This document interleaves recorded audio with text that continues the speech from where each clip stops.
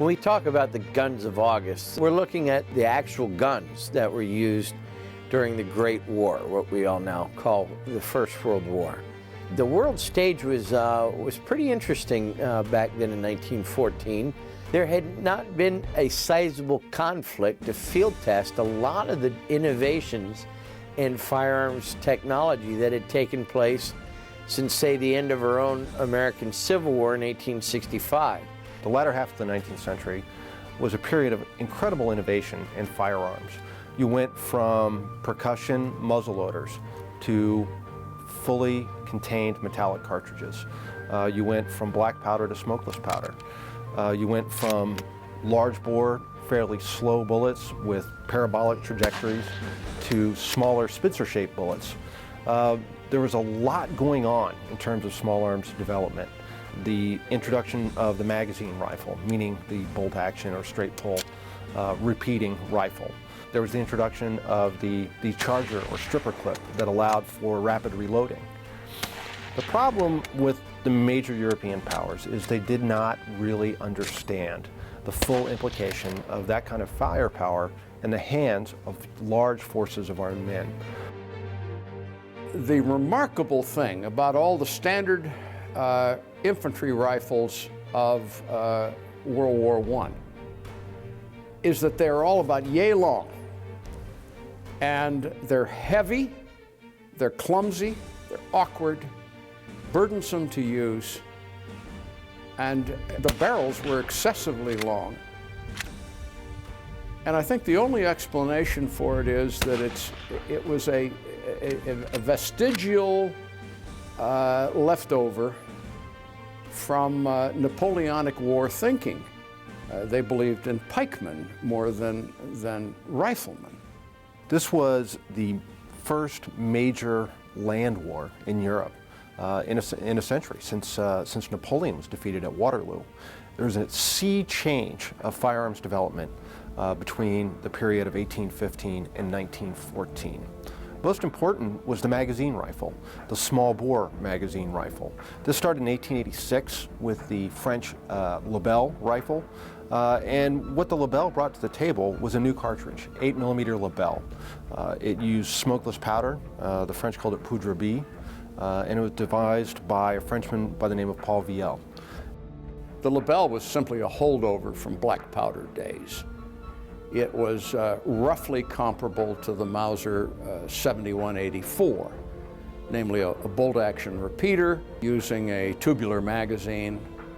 And the French, although they led in many other respects of ordnance, the French, maybe they were excessively budget-minded, I don't know, but they always insisted on trying to upgrade old guns rather than starting with a clean sheet of paper and developing new ones. It incorporated a tube magazine, much like a Winchester or a Swiss Vetterli, that was under the barrel, held 8 rounds, and it was a massive machined receiver, bolt action, and the rifle really symbolized what the concept of the French Army had on warfare. It was the attack.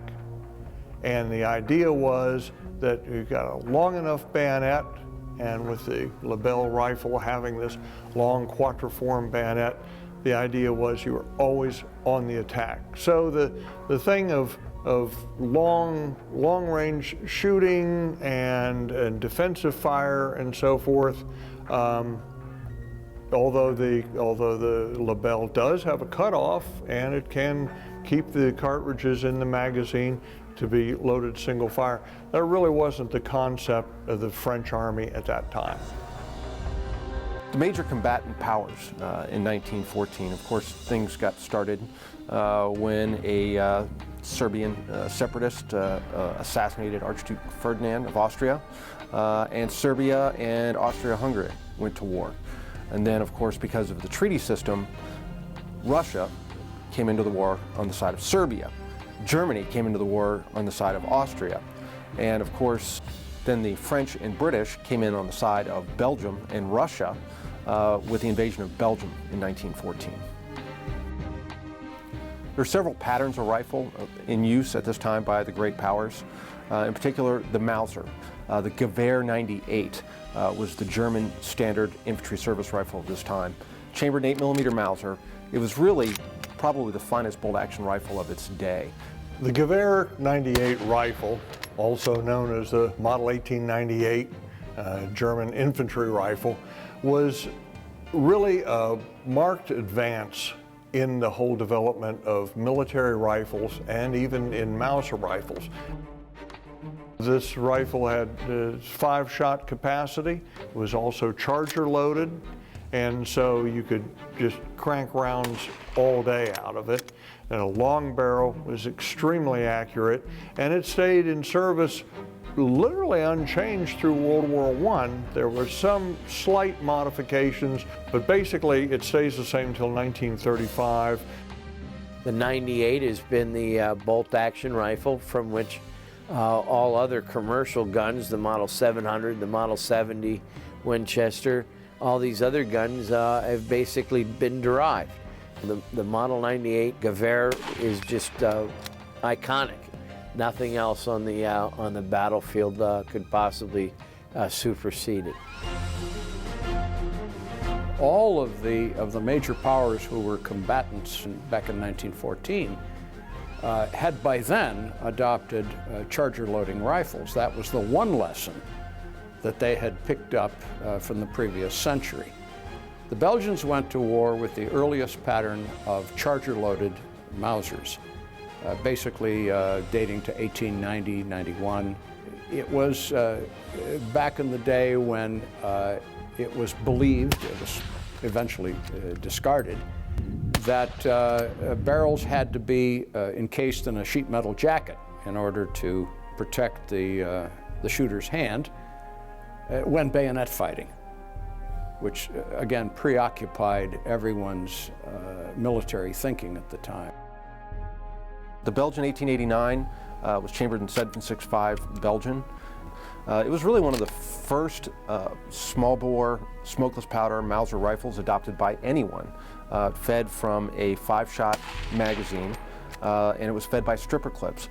The charger loading or stripper clip loading of infantry rifles at this time was hugely important in terms of the amount of firepower that an individual rifleman could produce. The rifle was issued throughout the Belgian forces, and what was interesting was that this was the beginning of the national armory system in Belgium. This is the beginning of FN, Fabrique Nationale.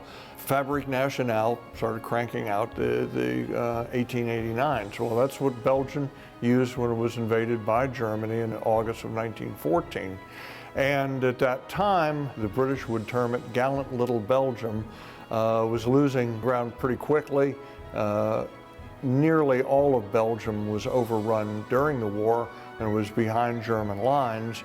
And so the rifles were then made by both Birmingham Small Arms in England and also by Hopkins and Allen in Massachusetts, USA. In 1914, it was not understood what the magazine rifle meant. When you start looking at the casualty reports from World War I, there certainly was brutal bayonet fighting, but it wasn't that common. The real killers on the battlefield of World War I, at first rifles, before lots of machine guns were introduced, then artillery. Quick-firing artillery was the biggest killer of infantrymen during the Great War.